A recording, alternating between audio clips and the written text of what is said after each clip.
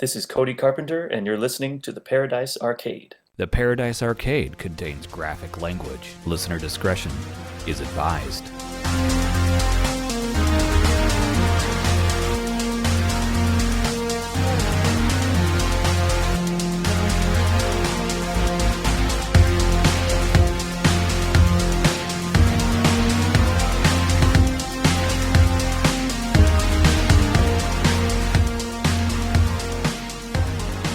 You are listening to the Paradise Arcade with Kyle and Eric, promoting synthwave, music, and culture. All right, welcome to another episode of the Paradise Arcade. Joining me this week is substitute, but not lesser than, co-host, North Innsbruck. Chris, welcome. Hey, good to be back. And we have a very, very special guest, Cody Carpenter. Welcome to the show. Hi, thanks for having me. Very exciting to have you on, obviously, with us being a synthwave podcast, and your involvement in the scene, and just kind of maybe being the nucleus, maybe in there, in the hub of everything. So, I want to first off talk about your viewpoint of the scene, the genre of music. It's a synthesizer-based genre of music. Tell me a little bit about your feelings of it. Anything that you are interested in, and just kind of your thoughts. I'm curious. Yeah, so I'm really happy that this sort of genre of music has become extremely popular. It kind of has the retro feel and nostalgic vibes to it, and that's really, I love that kind of stuff, and it makes me happy that people are really into this kind of music. Totally. And when you say the word synthwave, it encompasses such a huge variety of music. There's so many different types of synthwave that it's even hard to define what it is. But thank you for saying that. Yeah. Yeah. Right. Yeah. There's a conversation that'd take a few hours or days or. Well, I mean, to outsiders, they just, and I don't mean to say outsiders as a derogatory term, but I think they just don't really understand. It sounds all the same, and to me, like saying synthwave is all the same is like saying any music that uses guitar is all the same. Yep. It's not really, It's just a synthesizer, I think, focused genre of music that can go anywhere. Yeah. Yeah. Yeah. I totally agree. There's really distinctly different types of music in the genre, it's interesting. Yeah, totally it. Well, as far as what you've been, as far as historically using, even to that degree, or contemporary synthesizers gear, is there anything that you've found that's kind of gearing you more in specific directions sound wise at all at this time, or any favorite toys maybe that you've got? Yeah, so I'm pretty much 100% software. I don't have any actually hardware synths personally that I use for my own stuff. For the stuff that I do with my dad, we do use some hardware synths, but I'm almost 100% software. And recently I've been using a lot of the Arturia synths. Oh, yeah. They have I think it's called the V Collection or something like that. They have a bunch of the classic synths. Cool. I've been having fun with those. Yeah, well, it's amazing what you can do with the VSTs and all that, the plugins, everything now. And I've heard I haven't used Artias myself, but I hear it's pretty solid. That's for sure. Yeah, I like them. I think some people are a little critical of them, but I think they're great for what they are. Yeah, absolutely. Totally it too. And I've heard others, people, some people love Roland's cloud that they have out there, and there are folks who rag on that too, and just, not happy with it. But I think there's a bit of an adjustment there, and you get used to what you have, available. And to a certain degree also, you're at the mercy of your computer that you've got. So all these different factors come into play at times. Yeah, exactly. And for me, who doesn't have any hardware stuff, I have to have a relatively good computer to make it sound good. So it's just important to have good gear, Do you use VSTs out of ease, or is it? I mean, because like Chris here is all about the hardware for the most part. Yeah, the kind of the basement studios loaded up pretty heavy, and so it's an interesting area that I haven't looked in a whole lot myself, but I love hearing these kinds of endorsements for it because the sound technology is really improving. Well, honestly, if I could, I would probably have a lot more actual hardware stuff, but because before the virus anyway, I travel back and forth between LA, where I am now, and Tokyo a lot. So I have to be kind of mobile. Oh yeah. And I bring my music stuff with me. So I really can't have a lot of physical stuff, unfortunately. So I've just kind of, everything I get has kind of gone towards the more VST stuff, whether I want to or not. It's just kind of, it's the way I have to do it, you know? Oh yeah, absolutely. Well, the mobility piece of it, I mean, that is, you know, like you said, going from one city to the next, or, you know, one country to the next for that matter, and being able to have a set of headphones, a small MIDI keyboard perhaps, and a computer. Like that's mobility. That's key, really. So. Yeah, and just, you know, where I live, you know, there's just not a lot of room to have all that kind of big physical gear anyway. So yeah, totally. Very cool. Very cool. And so I'm curious with, you know, you have a pretty wide array of musical things that you do. Is there a genre of music that you like to play in, or do you just do what you do? I'm curious because obviously being a trained musician, you can use a lot of different things. Is there a particular genre that you really gravitate towards? yeah, there is. I'm kind of in my own little world I'm really into like progressive rock and kind of rock fusion, jazz rock, whatever you want to say. Plus the kind of 80s synth pop, synth wave, you know, whatever when you want to call that kind of stuff. Those are kind of the two big worlds that I like to live in, really. Yeah. Your prog rock stuff it's super tight. Like, so you must have some studio musicians that you've pulled together for that then too. Yes, thank you. Yeah. I've been really lucky to be able to work with some amazing musicians for all the rock albums that I've been doing. Especially Jimmy Hassett, the bass player. He's done. I think he's played on all the real rock albums that I've done, and he's been amazing every time. Oh, he's got skills. I was, you know, prior to the interview, I was listening to you in the car, just kind of, you know, going through a few different things, and my first instrument was a bass guitar, and I was listening to that, like the slap, the funk that's in there. I mean, seriously, that was really cool, and that's something that we haven't seen as much of yet. But I was curious, kind of what drew you into the prog rock piece of it there, because that's, you know, you're not seeing a whole lot of people do it, but we're seeing the technology is pushing us back that direction to a certain degree. Yeah, I kind of fell in love with that kind of music back in high school.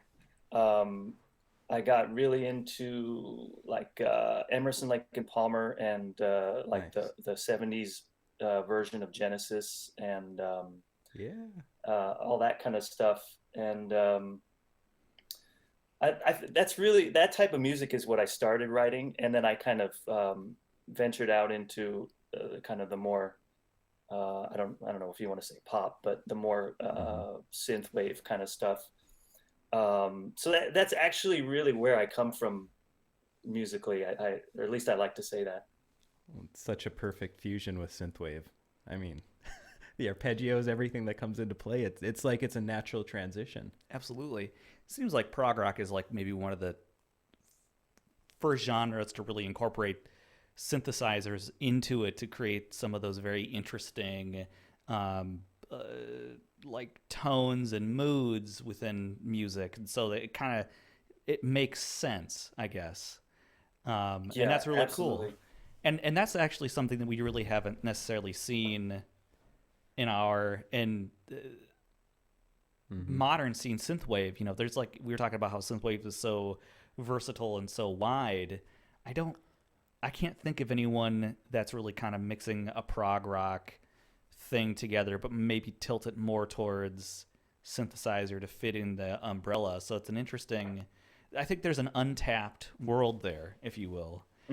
Yeah, absolutely. Yeah, I would love to hear an artist kind of venture into that territory. It'd be really interesting. you know, and honestly, there might be some artists doing that out there. You know, there are so many people doing so many things. It's kind of hard to keep track and find all these new artists, you know. As you guys probably know, it's such a huge world. I can't keep up, honestly. I literally can't keep up. There you go. That's exactly it too. You go on Bandcamp. I don't know if you go on Bandcamp and peruse music that way, because I think for me, like, my hub for synthwave is typically Bandcamp, because I can look at the labels that are out there and explore that way. But there's a new release, it seems like every single day. And that's a fair estimate. Yeah. And it's so hard to keep up, and I feel bad because, like, there's so much good music out there now. Like, I'm excited.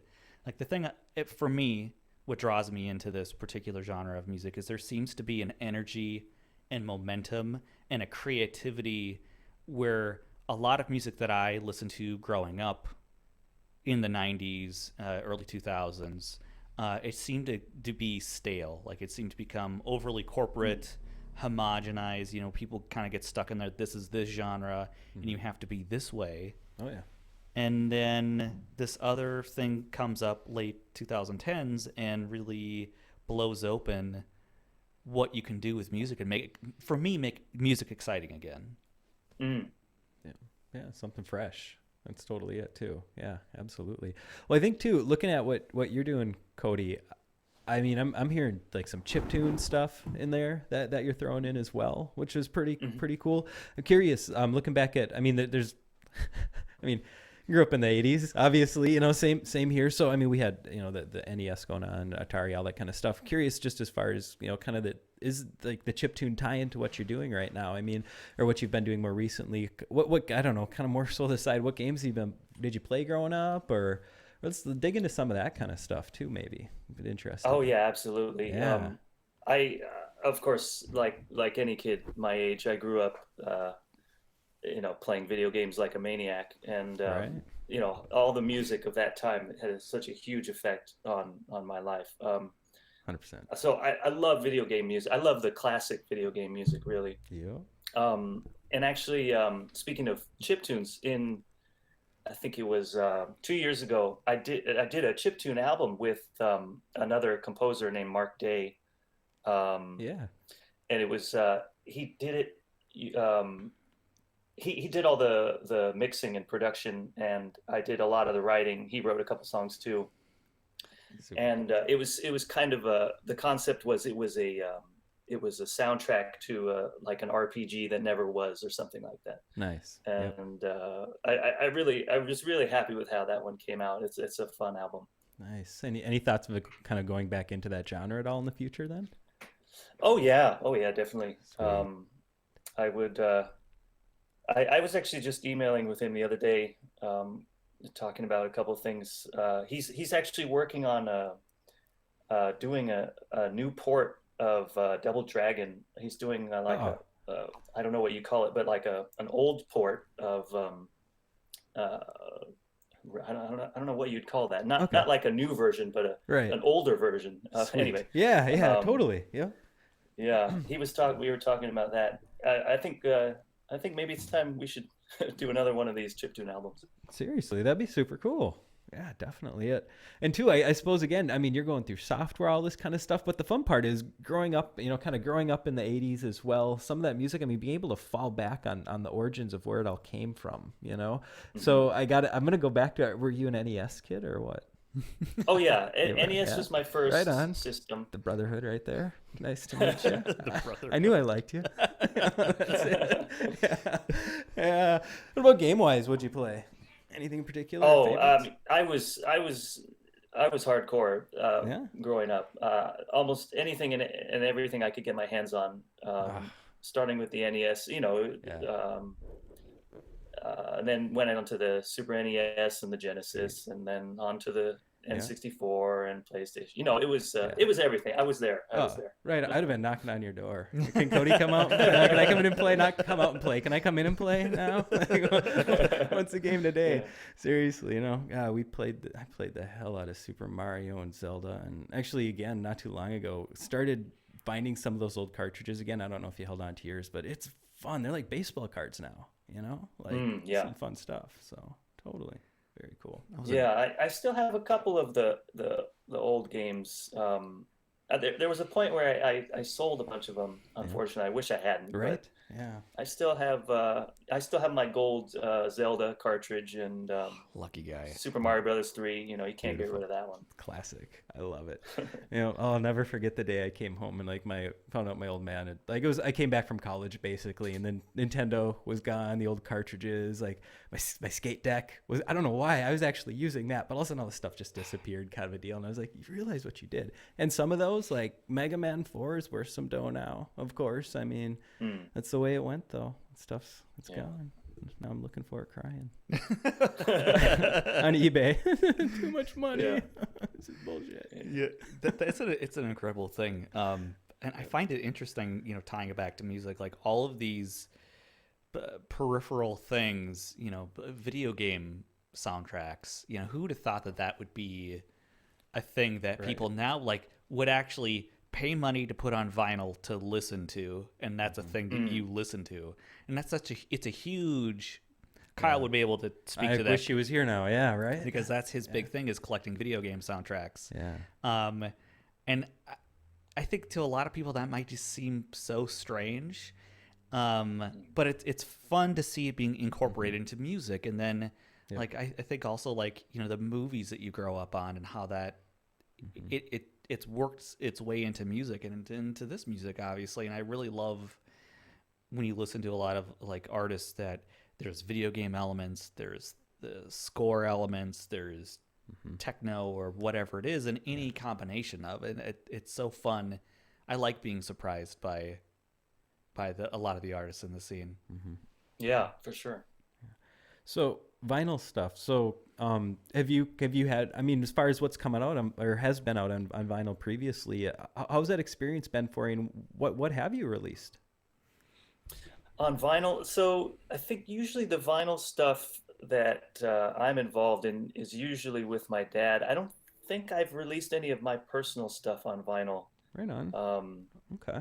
I'm, for whatever reason, just hasn't worked out, but they definitely, I know fans of my dad, they're really into they have all sorts of different versions of the vinyls and things like that. Some pretty cool stuff.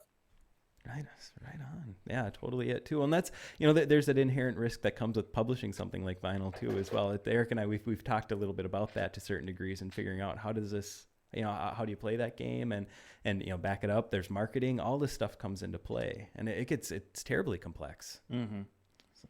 Yeah, I'm so bad at the business aspect of my music. It's really sad. I'm lucky with the kind of rock albums because I have a really great label that puts out the album, Blue Canoe Records, and they're just so awesome. So I just leave all that to them. But for kind of the more synthwave stuff, like the album I did last year, Stargazer, I just put it out myself, and I'm so bad at marketing and just putting it out there. I don't know. I should probably do more. But it takes an army, for real though. Yeah. It's a lot to organize. And where do you even learn? I mean, that's to be a self promoter, it's almost a personality trait that you have to have. So I get it. It's hard, and you have to rely on, is it the strength of the material? Is it how much attention you can grab for yourself? And there seems to be, and maybe I think Chris and I have talked about this, but there seems to be this new thing now where you've got to release a song every... Oh, geez. Don't get me started. 4 weeks. Right. Yeah. Oh. Yeah. So I follow a lot of people on Bandcamp, and it's and that's where part of the releases get frustrating is it's one song. Yeah. And to me, I like to have a whole concept. I like to have it in a nice package and have the artwork and everything, and kind of get a more prog rock kind of mindset where it's a whole thing, a concept instead of just a single. We've talked about that. I was like, hey Eric, I just about got the record ready. You ready to listen to it? No, I'm cool, man. You to hold off. You get the album cover done. I want to listen to the whole thing end to end before you play it for me. And that's your style, dude. That's a good thing. Very good thing. That's for sure. So Cody, you play instruments. Mhm. Okay, so where'd you start? Curious, what was your first instrument, and how's that progressed? Because I'm guessing you're a multi-instrumentalist, and I'm always curious about that journey for people. What was that like for you? Yeah, I started with piano, I think, when I was, maybe 3 or something. I don't know. Okay. And then I want to say when I was in junior high school, I got a guitar, Yeah. then tried a little bit of bass, and I got into the drums in maybe high school. Okay. Right on. But at this point, I'm more focused on keys. Yeah. I used to love to play the drums, but I don't have a kit set up, Oh so I yeah. don't really have access to practice or anything like that. Yeah. But yeah, I like to say I'm mainly just keys now. Mm-hmm. Totally get what you're saying there too. I mean, Eric and we've talked about, getting together and playing some music. Eric's got a set of drums. It's in his basement. I'm assuming it's still there, but Yeah. like my place, I mean, even having somewhere where you can do something like that, it's not happening in my studio. Yeah. Forget it. So yeah, it's all electronic. Yeah, you really need for drums, especially. Obviously they make noise, so Yeah. you gotta have the space, and you gotta have the right environment to be able to play it. Totally it. Yeah. Yeah. Well, that's cool. So keys since you were a kiddo, and you picked up a few things here and there as you went along, and here you are now. That's pretty dope. So yeah, I know Eric. I got thoughts, but Eric looks like he's got no. So that And I'm guessing Yeah. then you can read and write music. Then it would be my You guess. know, I used to be able to, but to be honest, there's really just not that much need for me to do it nowadays. Yep. I was just talking about this with someone. I think I've more or less forgotten how to sight read music because it's a skill that I just never use. Yep. It's not really important for the kind of music that I'm doing. Oh yeah. For better or for worse. So that's an interesting thing because I was watching an interview with Danny Elfman, and he was talking about when he was making his transition from Oingo Boingo into doing scores. When he initially went in and was working with engineers, they were really like snooty towards him because apparently there's a term for non-musical readers that come into that cinematic world. They're called hummers, I guess. Oh, interesting. So like Okay. I've never heard that. So like it's basically like you don't know how to write out music, so you hum the music out, and then it's written down by someone in the studio that knows how to compose or transpose what you're interesting. doing. And so there's like this like snootiness between like studio cinematic orchestral people and like rock people, because most rock people are not classically trained. Right. Like they can't read and write music. So he talked about just that initial struggle of going in and being looked down upon because he comes from a dirty rock band. Dirty rock. Well, it was the 80s, right? Yeah. Yeah. So that's funny. interesting. So when you compose for film, then do you go by feeling? I'm really interested in that process. How do you write for yourself personally to a movie? Yeah. So I think, it's interesting because it really depends on what genre you're writing for, and what instruments you're writing for. Because obviously, if you're writing music for an orchestra or something like that, then I guess I would be a hummer. I don't think I could write out notation, for a full orchestra. I would have to get some help doing that. But because I've mostly been working with my dad in the horror genre, we've been doing a lot of synth stuff, and I don't really need to write out music for that stuff. I just can just do it myself, because I'm not hiring a lot of other musicians. So I did the soundtrack for my dad did 2 episodes of Masters of Horror for Showtime, and I did the soundtrack to both of those. Cool. And there was no score. Both my dad and I are big fans of improvisation. Oh yeah. So it wasn't really written out beforehand. It was kind of stream of consciousness playing to the film. So that's more how I write, which, to do that, you don't really need to read notation.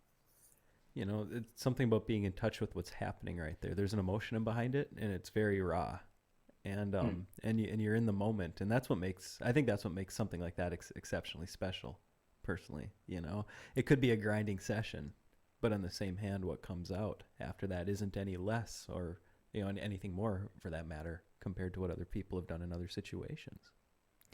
Yeah, I love the process. I love that process of being there. The flow. It depends. Yeah, the flow. It's really fun as an artist. But of course, it depends on the project, because some films or some media, it's not going to work. That process it won't work for that film. Luckily, whatever I've worked on it's really worked out.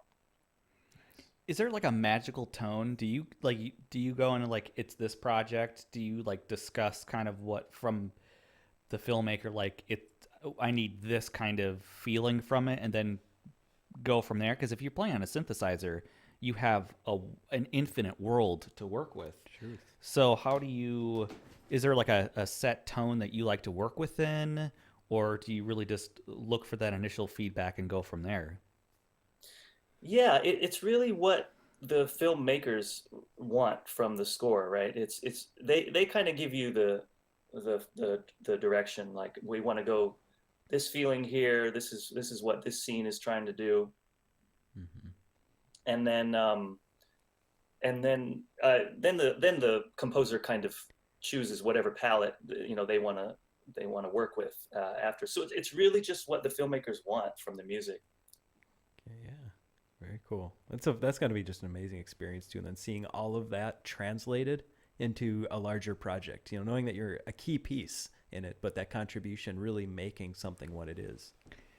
Oh yeah, it's fantastic. Have you guys ever seen any of there's like YouTube clips where the people replace the music from horror movies and put like in the Seinfeld Bing Boop thing in there? I haven't, but that sounds amazing. Yeah, the point of the videos was to illustrate how important music is to film.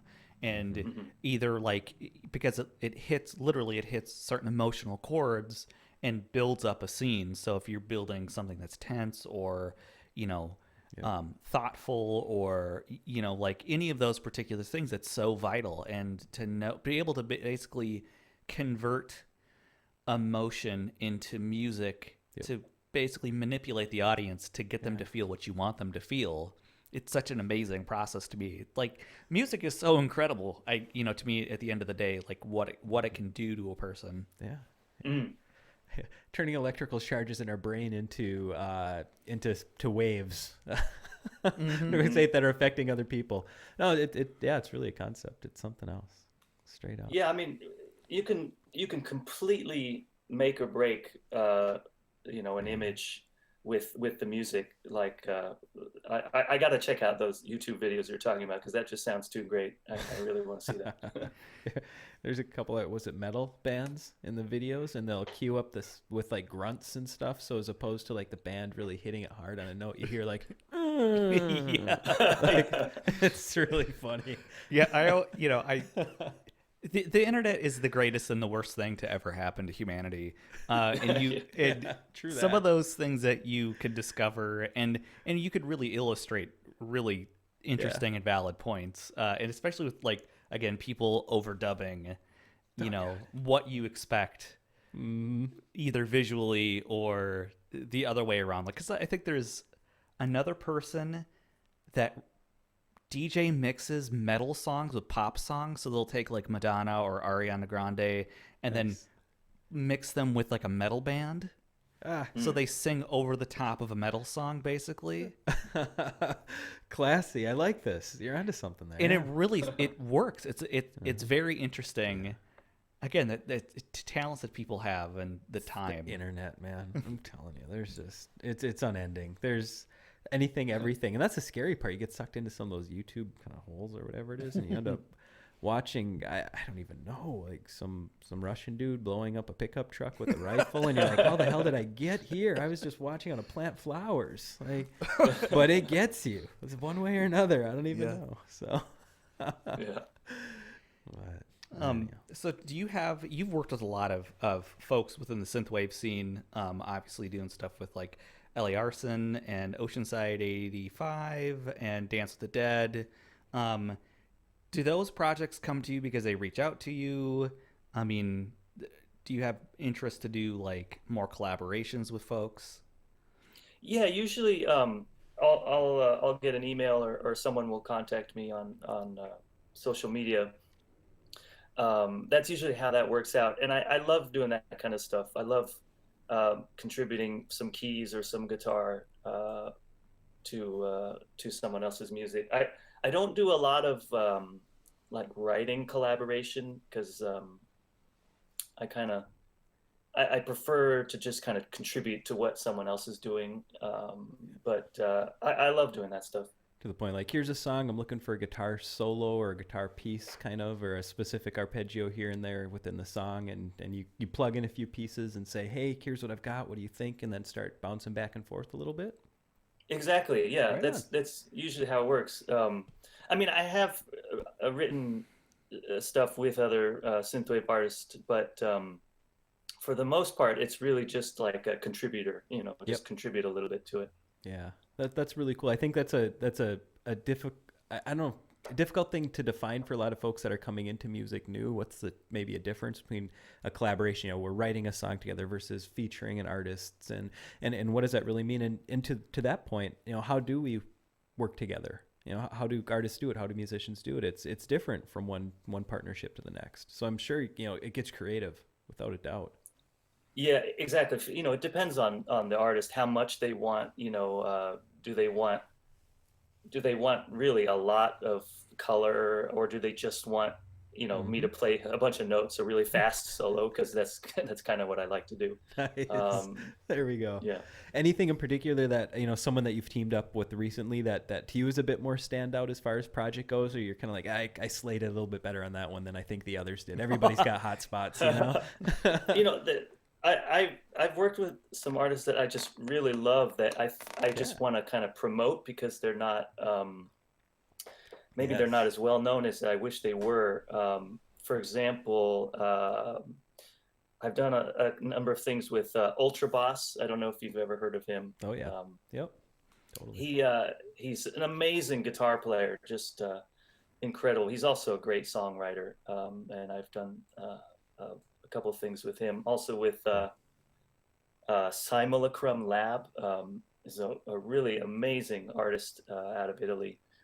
He does some really cool stuff. And then Beckett, I don't know if you've heard him, but okay, he does Beckett, very just amazing, really cool stuff. But I'm really happy to work with these guys. They're so talented. Very, very cool. Yeah, it's a cool thing. I like the collaboration things and seeing how different mindsets can basically create this new thing. It's very interesting collaborating with an artist, I think, because you have your mindset and your way of making music, and then how do you, what's the mix of that? How do you incorporate, do you fit yourself into a song? And then like if you're doing VSTs, like, do you just swap wave files? Do you it's such an interesting and kind of sometimes challenging process. Yeah, I like to give the artist I'm working with, I like to give them a lot of control over what I do. So I'll actually give them a wave, but also usually give them the MIDI in case they want to change some things that I did. Cool. Because at the end of the day, it's their music, it's their song, so they should have complete control over whatever I do. It's not like I'm writing the music. So for me anyways, that's how I like to work. I'm really just a hired gun in that situation, I think. So I like to give a lot of control. Cool. Is there anybody within the scene that's kind of like stand out to you that's doing interesting things? I'm not going to ask you to choose a favorite. I'm just going to are there artists that are like that are really slaying it for you, that you think like this is really cool or they're really talented, or you have a very unique, obviously, perspective and background where I'm just interested to hear your thoughts. Yeah, I think one of the fellows I mentioned, I think Beckett in particular, he really does, he really captures this element from the past, that I don't know, it's hard to describe, but it's like he really feels that nostalgia, and really it really translates into his music. He's also just really talented, and I always like to promote his stuff. He just recently, I think, released a new album that is it's got a heavy kind of funk vibe to it, which is a little different from his previous stuff. But it's just I highly recommend it.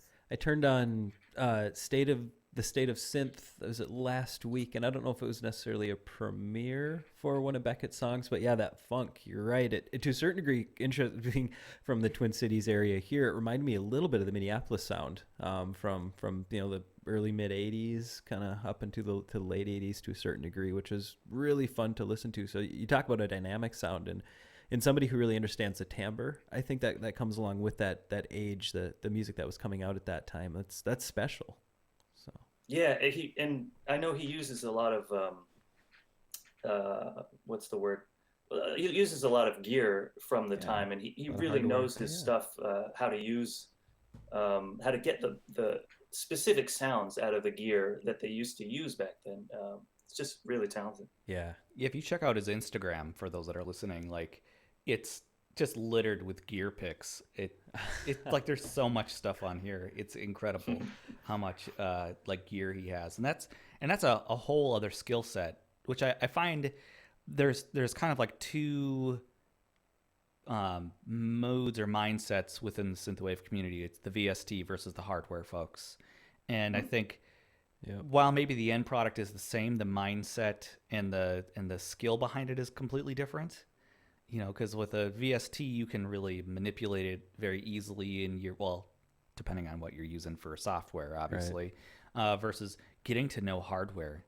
I mean, that's a whole process. And, for you, like, do you like using like MIDI? That's a whole skill set of doing stuff and tracking things down and remembering patches. Yeah, I'm heavy into the MIDI. That's kind of my main thing. It's just it makes life so much easier. Mm-hmm. Yeah. So I was also another thing that I was thinking earlier, come to think of it, and I needed a moment to clear my head. Performance. So you've been on tour before. You perform. You've played small clubs, big clubs. I'm actually kind of curious about that emotional charge going through playing maybe from a more modest show to some of these bigger clubs and going on tour. What was that like for you? I mean, that had to have been just a wild experience. Yeah, the tours with my dad were pretty amazing. We traveled all over Europe and all over the US, and it was just a great, awesome experience. It's so great to be able to play my dad's music for the fans, and that was amazing. I think it was last year. Oh man, I don't even remember now. Last year and 2 years ago, I was lucky enough to play with Vince DiCola. Nice. We played a few shows, and I love playing his music. I'm a huge fan of his. It was just an amazing honor to be able to work with him. Awesome. I really enjoy playing live. The travel aspect of it gets hard after a while when you're on the road. Yeah. I think it's hard for anybody, really, right? But not sleeping in your own bed. I do love playing. I'm sorry, go ahead. Oh, not sleeping in your own bed, and all that kind of stuff. Not being around comforts. The stuff you don't pay attention to at home. You take it for granted, even for that matter. Yeah, and especially when we were traveling across the U.S., we were in a bus, and being on the road for hours and hours is it's hard after a while. But it's worth it. It's worth it because you get to you get to play music live. In those shows, it looks like your dad they're having so much fun. Yeah. That's really what I see, because I was lucky to see you with your dad a few years ago through here, and just the excitement and the it really was shown in the performance, which I thought was really great, because I've loved seeing live shows, and if you've seen really well toured bands, you can kind of see that the road kind of gets to them, and they're just maybe not necessarily their best night or whatever it is. And so I liked that sense of energy coming from the stage. Thank you. Yeah, the show itself is the best part, of course. It makes it all worthwhile. Nice. I didn't know, Eric. I didn't know you got to go to that. Yeah, haha. So just so you guys know, so my old apartment building, which was a few miles down the road from where Eric's at here, but it was one of those places full of artists and musicians. And so when that show came through, half of my neighbors all had tickets. They came back and just rubbing it in my face. Like, "Oh, it's just a kick-ass show, man. Why weren't you there?" It's like, well, I don't know. I slept on it, I guess. So that's pretty cool, though. Where was that? Anyhow? The Myth Up in the North Metro. Okay. Yep. Okay. It's just got to be a haze. I don't know. I can't even.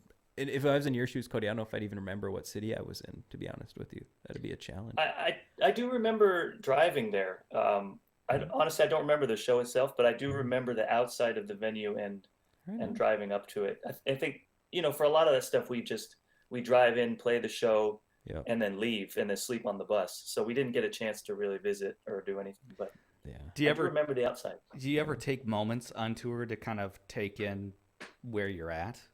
I mean, I can't imagine just going from one place to the next place to the next place. You're working though, I suppose. Yeah, sometimes our schedule, we'd have maybe a day or two in a city or something. It just depends on how they work out the schedule. Sometimes it's literally you just drive in, play the show, and then sleep on the bus, drive out, and then that repeats for a number of days. So every once in a while you have a chance to explore the city, and that was cool when we were doing that in Europe and things like that. But I can't imagine just the beauty and the history of it all. Yeah, it was great. And when we went into France, we played a couple of shows that just great food, and also in Italy, just amazing food. I wish this was a food show right now. Not only am I hungry, but I really love food. Well, when Kyle's here, it turns into a food show. So that's true, right? Yeah. He wants to talk about the food of wherever someone's from. It's really? Yeah. Oh man. What is your favorite food, Cody? We won't say where you're from. Just what's your favorite food? I can't steal Kyle's thunder, but favorite food. Well, it's okay. I'm from Los Angeles, so I love Mexican food. Obviously, very popular here. I love it. Yeah. Well, if you come through the Twin Cities again, Los Ocampos, we might have to take you there. I love that place. I don't know, their pozole is just amazing. There's no other way about it. So there you go. We'll take care of you, man. Oh, cool. Shoot. Too cool. Yeah. Too cool. Right on. So Beckett, do you veer with your tastes? Do you veer towards liking the heavier side of synthwave, the lighter side, the cinematic side? What do you gravitate towards, or what kind of perks your ears up? Yeah, maybe surprisingly, I'm not really into the heavy stuff. I guess like dark wave and things like that. I more gravitate towards the lighter stuff, the more poppy stuff for whatever reason. I really love the stuff that has that nostalgic feel to it. It's just a feeling that I love so much. The Tron soundtrack. That's what I tell people. They're like, "What do you do?" Oh yeah, the Tron soundtrack. Oh, okay, I get it now. Yeah. Like the new Tron soundtrack or the original? I used to think original, but as you change, I swear, it gets newer sounding. I don't know. It's an odd thing. The technology, it's a little bit different. That's for sure. But yeah, I don't know. I'm at the point in my listening bias that it's hard for me to tell old music from new music now. Yeah, if it has synthesizers in it. Because I'll listen to like Gary Newman, and to me, like the Pleasure Principle sounds just as fresh, like of anything that's released today than it was in like 1978. Yeah, that's true. It's interesting how it's kind of everything's come back around. What was once retro and uncool is now cool. It just reminds me, everything's a wheel. It's like I finished the Dark Tower about a year ago or so, the series, and it's kind of a revolving theme. Everything's a wheel, revolving. Go figure. But that's it. Old's new again. Imagine pretty soon we'll be doing 90s pop or that's already come. Boy bands. It's already happening. Yeah, that's already happened. That 90s nostalgia, and it's actually creeping into the synthwave scene a little bit, aesthetic wise. There was somebody not too long ago that had that 90s beat, and I straight up called it out, and they're like, hell yeah, I'm going for it. And it was like that, rhythm is a dance, It was a bit too much. I wasn't ready for it. Like the Euro dance kind of stuff. Don't tell anybody, but I kind of liked it.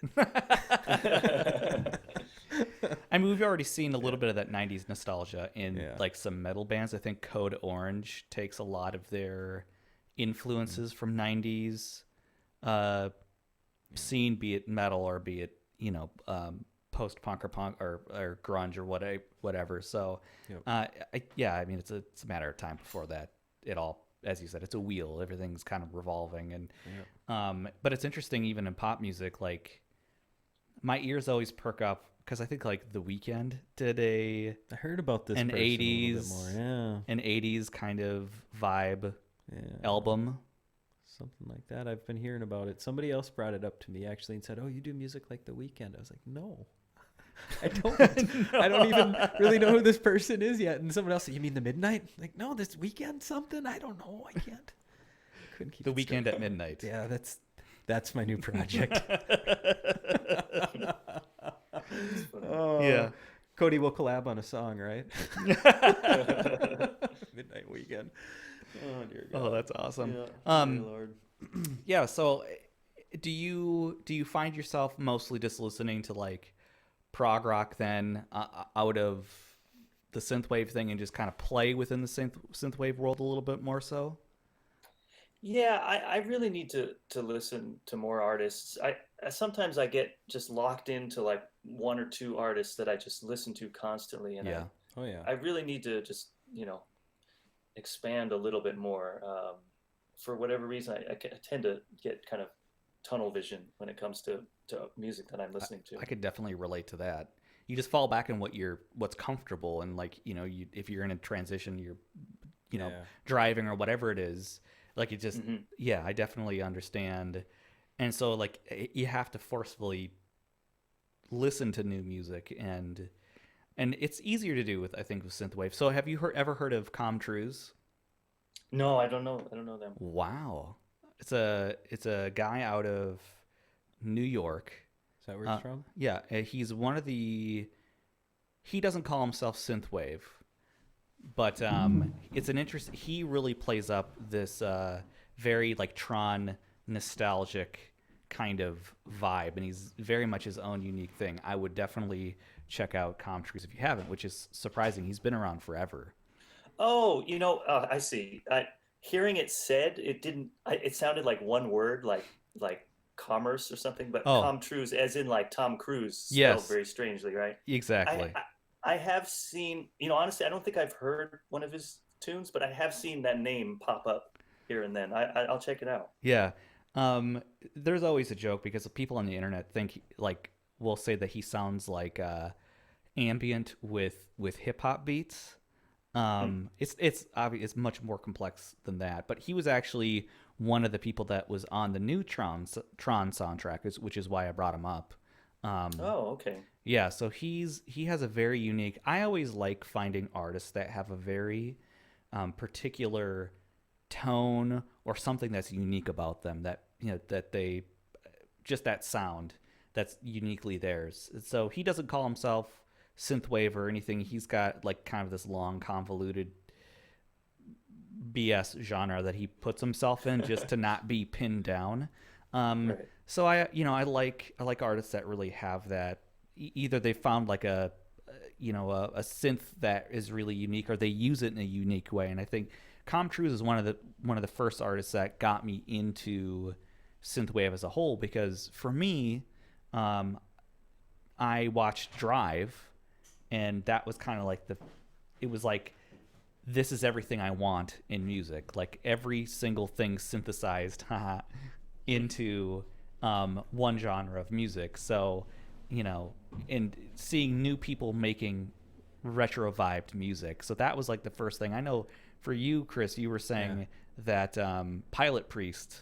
Oh yeah, no, for real. It was the vital copy. Like, I don't know. Sometimes you buy records because you love the cover, kind of one of those deals. And so I don't know if you're familiar with Waxwork Records. I think they're out of Texas or Louisiana or something, but they do this beautiful presses kind of a deal. So it's this gorgeous, like, bright kind of color with these like switch panels on it kind of a deal that were glowing in a spaceship, and bring it in. It was like this 3-disc type of a press, and it was just gorgeous, beautiful music. And we talk about this, I guess, just cinematic retro wave, I guess, and it's really kind of what I've started doing over the last few years as well as a result. And it's funny, since we did the first interview, for me from North Innsbruck, it's funny, you think more about the venture that you've had as a musician, and it's amazing how many different ways you can spin the story getting to where you're at, because I'm sure for you, Cody, as well, you could probably tell the story 3 or 4 different ways depending on what band you're thinking of and what mindset you're in,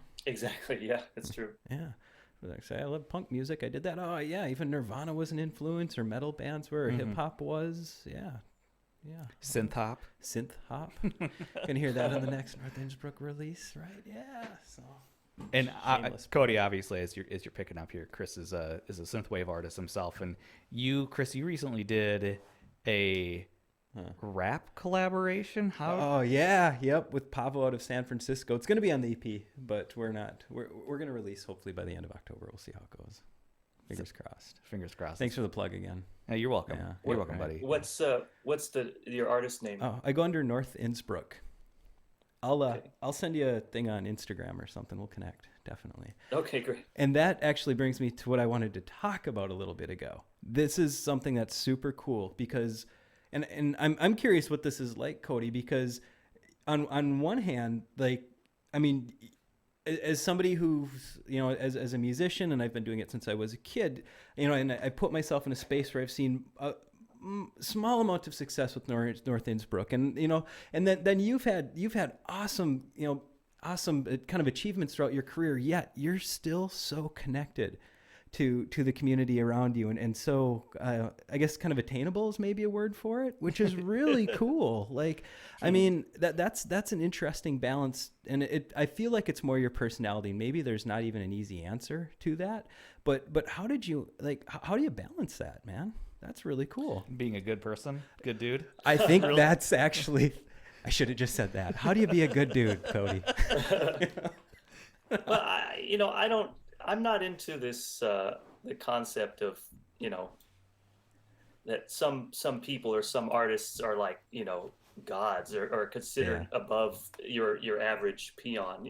Right. We're all just humans making art, making music. Totally. I don't think there's no reason to think that you're somehow untouchable if you've reached some certain point. I don't know. That's just kind of silly to me. We're all stars to a certain degree. We've all that inside of us, and that's spot on right there. That's super cool because that's down to earth. Because throughout life we come across people in different life forms, and there's all kinds. I guess is maybe where I'm going on with that piece of it right there. But that's pretty cool. And that's one thing that, and I know many people say has been pretty unique and special about this young electronic music community right now. And I say young because in the grand scheme of things, I mean, even, synthesizers themselves, like 40, 50 years old, as far as the consumer side of it at the very least. So there's a long ways that we can go yet because it's so young, so new. And it's cool that you're a part of it. That's rad. Yeah, I'm just happy to have the opportunity and have the means to be able to do what I'm doing, and to be able to work with my dad, and just be doing music. It's just I feel so lucky, to be in this situation. To do what you love doing, right? Yeah, totally it. So I got a question. We're primarily talking about music, obviously. Is there other aspirations for yourself? Do you primarily consider yourself a musician and that's your kind of calling, or do you have aspirations to do other things? Yeah, I mean, right now, I guess I consider music is my job at this point, because that's how I'm, Hmm. supporting myself. In the past, I've done a number of different things. I used to work in Japan at a job completely unrelated to music, and then I Oh. bounced around a couple of other jobs over there. Yep. So I do speak Japanese, so that's kind of my other usable skill in the world, I guess you'd say. Nice.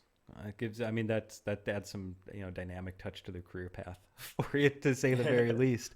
Interesting. So, what did you do prior to music specifically? Or I mean, maybe you don't want to go into that piece, but I'm kind of curious what else you've Oh no, touched no, on in yeah, life. I'm Yeah. perfectly good to talk about. I Yeah. so in when I was in college, I did a study abroad over Nice. there, Okay.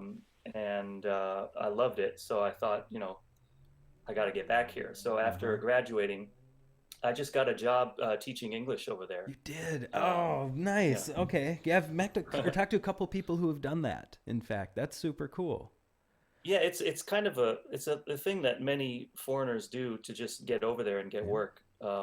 And it's fun. I enjoyed it. It's not for everyone, but Yeah. Absolutely. then after that, I bounced around a couple of different things, and I worked for some Japanese companies and things like that. But nothing really stuck. Mm-hmm. Um, and then finally, um, I ended up coming back to LA because my dad he wanted to work with me on some stuff, and that's Nice. sort of what I've been doing since then. I go back to Tokyo pretty much every year, or it was anyway when it was possible. Now I can't because of the virus, but Right. Right. Yeah. um, so I've been going back and forth and doing little jobs here and there over there, like translation stuff and things like that. But yeah, I guess right now I'm really music is kind of my Mm-hmm. my thing.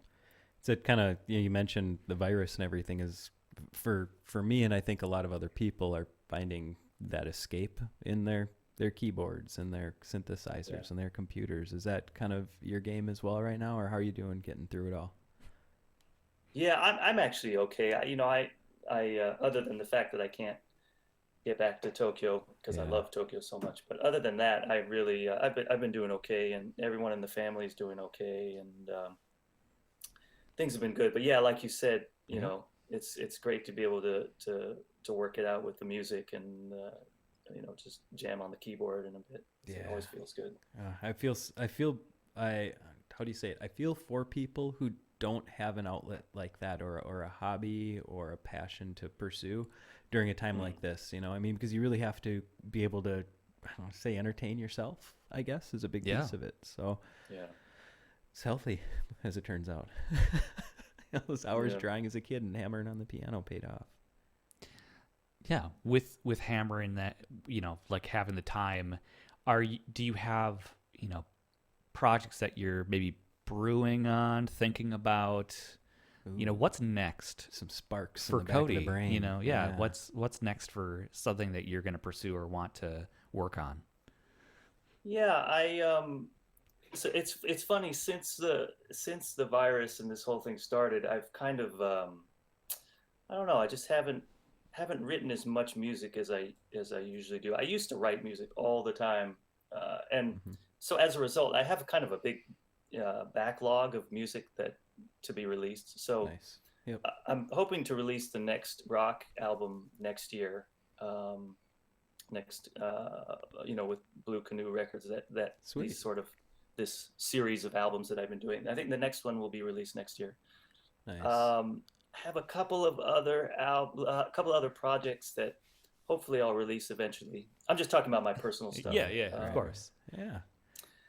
So yeah, there's definitely things on the horizon. Very cool.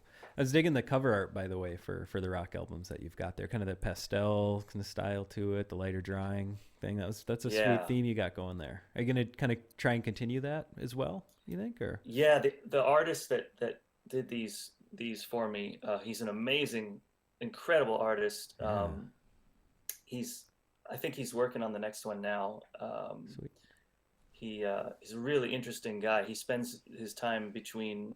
He's a Japanese guy, but he spends his time between Tokyo and Nepal, He goes Oh, into wow. Yeah. the mountains just in the middle of nowhere just to draw, just to do his Amazing. art. Wow.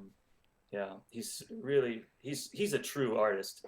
Yeah, absolutely. Do you know, is he on, is it something people can look up online at all, his work at all, or people could check out anywhere off the top of your head? Yeah, I think that if you look up Mizo, Yeah.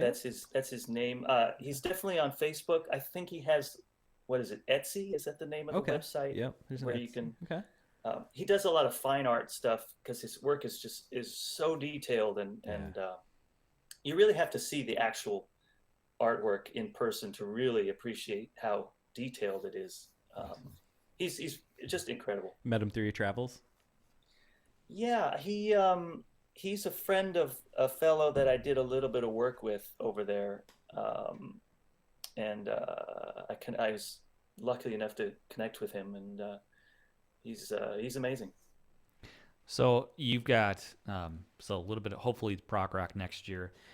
Do you find yourself kind of in that mindset? Because when I think prog rock, I think of sweeping concept albums and themes and really like complicated things layers built on top of each other. Do you have maybe a concept that you're trying to express when you're writing prog rock stuff, or do you just sit down and just get going? Yeah, that's an interesting question. Sometimes I do, and sometimes I just go for it. I have another project. I don't know when I'll release it, but it is a concept album. It's instrumental, but it does follow kind of a story. It's kind of video game vibe to it. So yeah, to answer your question, sometimes Nice. there's a concept. Sometimes I just let it flow and just see where it goes.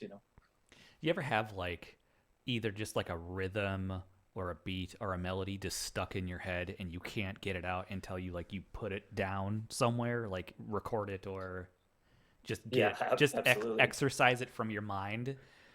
Other than pop radio every time I turn it on? Yeah. Well, not that because I just want to smash my head with that. But like, Yeah. I know that explains a crack in your windshield. Oh, Okay. there you go. Yeah.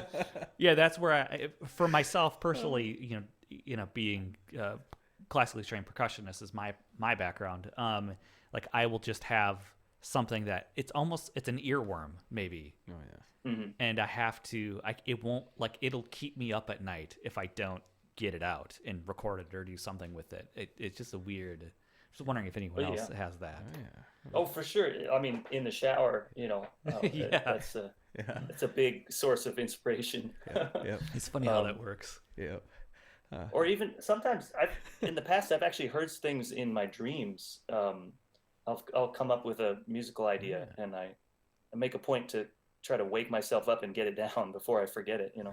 Struggle over to a keyboard real quick and hammer it out a bunch of times before you forget. Turn on MIDI and go back to bed after you record it. Sing it into the phone, into the there you go. The voice record on the phone. That's not a bad idea. Actually, that's smart. That's Damn a lot easier. Cody, that's brilliant, man. The tool's right there every night charging next to us. People have better be paying attention.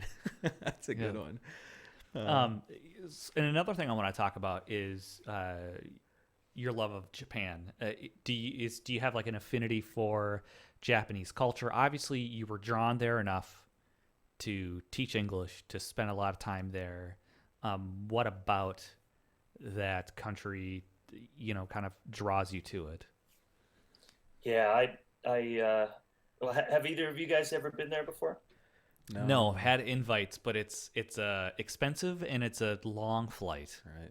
Yeah. Yes, especially for you guys, it's a crazy long flight. Can't even imagine how many hours that would be. Yeah. Yeah, I ever since I started studying the language in college, I just I don't know. I love the language. It's so much fun, and I love the people. I love the food. I love the city. Tokyo is just an amazing city. It's just I don't know. It feels great for me to be there. Honestly, I prefer being there over LA. It's hard for me to be here this whole year and not be able to get back over there. Oh, yeah. And that's interesting Yeah. because the amount of people crammed into one spot is so much more. So crowds obviously don't necessarily bother you. Yeah, it's not fun getting on that train when, you're packed in there. yeah. That's obviously not fun, but there's so much more to it. And depending on where you are, what time of day, it's not always super crowded. It's I love it over there. Most of what I know as an American about Japanese culture is obviously through like anime and film and that kind of a thing. Are you drawn to their pop culture as well as besides just the people and the history and that kind of a thing? You follow. Okay, what's the term? There's a term for it. Hold on, it's gonna come to me. You need Kyle. This is his category. Yeah, this is his. Weeb is one of them. Is an anime freak. Weeb? Yeah, Weeb. Oh, Weebo. I've never heard that before. Eric's up on all the lingo. I can't keep up with the shit either. Don't worry. Yeah, I mean, are you into? Do you read manga at all? Any of that? Imbibe any of their pop culture? Not the new stuff. I'm so into this kind of nostalgic stuff. I have been into kind of the older some manga like Cobra. I don't know if you're familiar with that. It was it's this kind of James Bond meets Star Wars kind of thing. It's pretty cool. Right. Very cool. But I don't really watch anime or anything like that.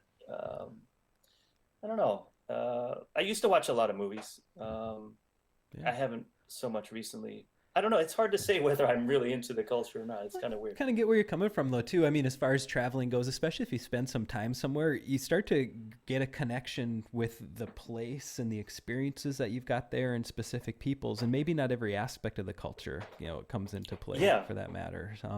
But the memories, it's kind of a piece of you. Parts of it are, and you're a piece of it now.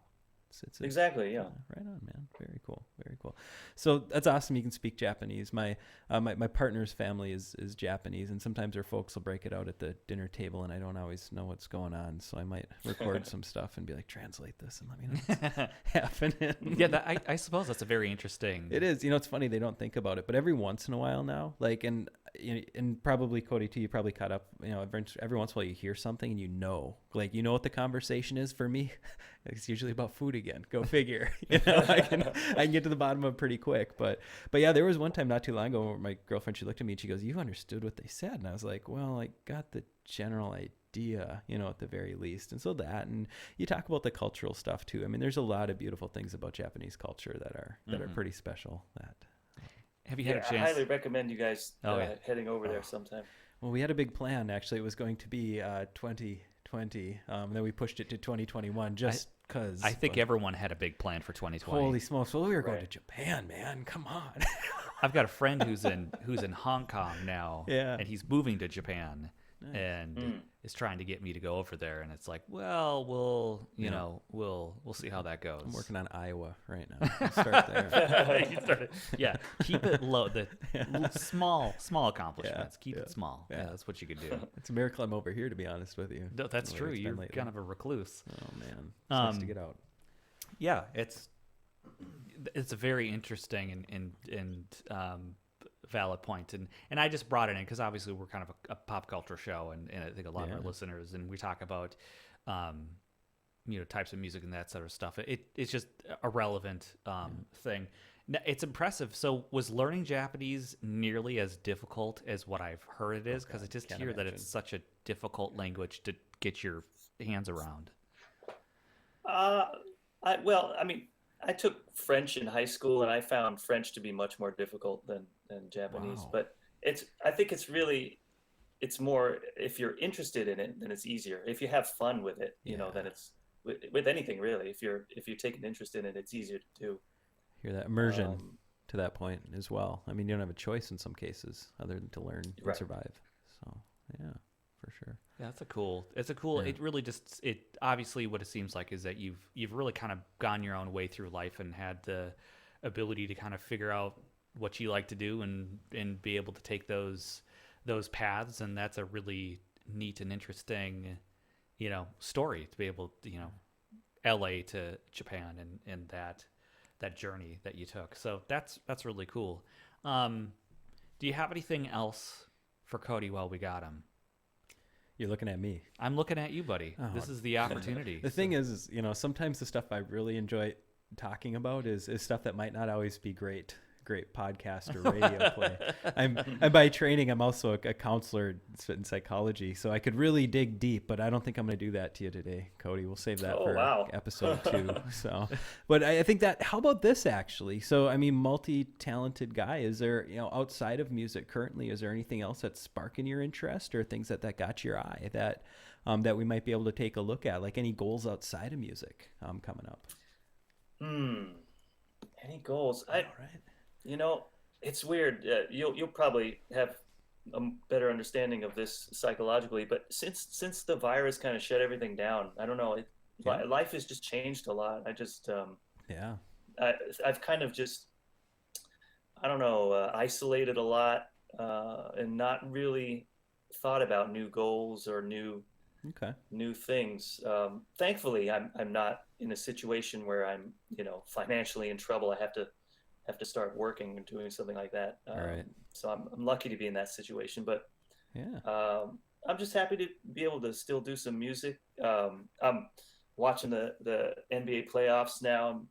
That's both my dad and I are heavy into the NBA basketball. Who are you cheering for this year in the bubble? I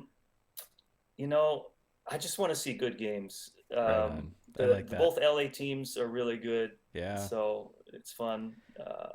But we're trying here in Minnesota. I'm telling you, I'm an NBA fan as well, but it's rough up in this area. I mean, we got D'Lo now from you guys, and Cat, but we'll see. Maybe we can pull in Devin Booker and actually have a decent team next year. We'll see. You think he would leave, or you think they'd let him go? Not after those 8 games in the bubble, man. Forget it. We're not gonna get him. We're gonna settle with Zach LaVine from the Bulls is what's gonna happen, and I'm gonna be pissed about it. Good luck with that. Yeah, right. I hope Zach is listening, because when you were drafted by the Wolves, Zach, and I saw the way your face reacted to the Wolves draft the first time around, I about cried. I was so excited. So Zach, look me up, buddy. If you come back, we gotta talk. That's funny. Yeah. Are you Lakers, Clippers? We prefer. I don't want to say, because I don't want to take flack for who I'm rooting for. So I'm just going to say I'm rooting for both of them. There you go. I like that. Good answer. Good answer funny. Right there. I love it. No, it's been interesting, and that's been kind of one of the things with the NBA this week. Obviously, things had to stop, but what they were able to do with the bubble and those the creepy audience, this digital audience thing that they did, it's just right. It's funny. It's like watching or playing NHL 01, like NHL Hits 01 on my GameCube. Like everybody moves real digitally, and some are big and some are small, and just a trip. Very cool. I guess it didn't even. I'm not a sports guy, so. Oh man. Yeah. Eric sits there and goes, "Okay, guys, come on." You should have seen him moving his hand at me right there, Cody. He's like, "Come on, get it over with." Get your sports talk out. Right. But so what are you talking about playing in the bubble? What is that? Oh man, Cody, you're being interviewed. Don't look at me. You gotta. This is Cody's answer here, right? Oh yeah. So they got the teams down in a proverbial bubble down in Florida. They're all, I guess they're getting tested every day, right? I mean, yeah. Is it Disney World they're at? Is it? What's that? Are they at Disney World? Is that where this takes place? I'm trying to remember. Yeah, I think so. And they're I don't think they've had anyone come down with COVID-19. And they're playing the playoffs right now. It's kind of amazing. Yeah, they're pulling it off, to your point, without anybody getting sick, because I think pretty much every other league has had some teams shut down for a week or two because of things that have happened. Right, so, right. I wonder what that would be like to be a professional basketball player, whatever sport, and not have anyone in the stands. Oh, yeah. Would that be weird? Like, would that affect because you're used to the energy feeding off an audience, right? And there's no one there. So how does that psychologically affect you and what you play? It has to. Man, how about the crowd being like the crowd noise being pumped into the arena, if you could even call it that? I mean, and I know they have for the Clippers I think it was the Clippers. They have their DJ or whatever. He's still playing the music. Even though there's no crowd there, it's kind of funny. It's a bizarre thing because you'll turn the game on and you can hear people cheering, they're screaming and stuff, and all that. But they're playing in like a ballroom at the Disney Hilton or something like that. So, That's incredible. Right? Wow. Yeah. What about as well? Like other sports have changed. I Friday night flipping. Every once in a while, you get bored. You hit WWE and you leave it on. This is like watching Shakespeare right now. The way they stand and look at the camera and like they orate at you and all this stuff. It is so bizarre. I got to give them credit, but without the audience, what a difference. So it's almost like a telenovo. It is like. Except they punch each other kind of in their own way. Yeah, right? Yeah, I'm totally disconnected from all of that kind of stuff. Man. So I could have so much fun here. Cody, who's your favorite WWF wrestler? Not WWE, WWF, and why? Oh, I'm glad you went with the F, because that's as far as I got. That's the only real one that counts. All right. I used to love a bunch of them. I used to love Bret Hart. The Hitman. Yeah. Obviously Roddy Piper. Yes. Movie. Yeah, right. Totally. Oh, I love it, man. Undertaker? Oh yeah, of course. Yeah, my old man was a mortician, so my dad hated the Undertaker, but us kids thought he was the freaking king of it all. Oh wow. Right? Yeah. Man. Yeah. Right on. That and the NES WWF games again for those kids who are listening. F, not Wildlife Foundation. Wrestling Foundation. So there we go. Awesome. Yeah, I think we lost Eric. Yeah, actually, my eyes are glazed over. I think I just lost both you guys. Anyhow, your love of wrestling. Dear, now you all know my secret. Your public It's shame. got to be old school. I'm telling you, like pre-94, maybe 95. There you go. Yeah. Anyway. Well, I want to say thank you, Cody, for joining us. I don't want to take up any more of your time, even though it seems like we're all kind of taking a proverbial timeout from the world and society. Felt good. Yeah. Again, thank you. Please, obviously, for those that are listening, check out. You play under Ludruim? Yeah, that's kind of my synthwave Ludruim moniker. Awesome. So obviously, Instagram, Twitter, iTunes. Where else? Yeah. Deezer. I heard about Deezer recently. I think it should be everywhere. Everywhere, all the digital platforms. Tell my friends, just Google search me and it'll pop up. And I bet you could probably do the same for Cody. Yeah, everybody. Exactly. So, yeah. There you go. There you are. Sweet. Well, I really appreciate you taking some time out with us to chat. Thank you. It was really pleasurable. Again, thank you, Chris, for subbing in. Oh, good to be back. I'm telling you, I wasn't sure how it was going to come together a couple hours ago, but I am here and I'm ready. All right. There we go. Thanks again. Until next time, this is Eric. It's Chris. All right. Thanks, Cody. Oh, thank you for having me.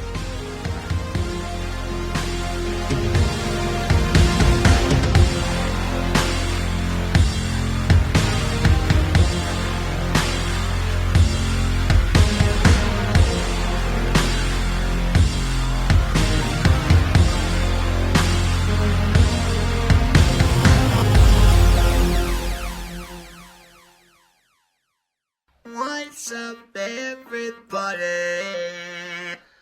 We're listening to Paradise Arcade.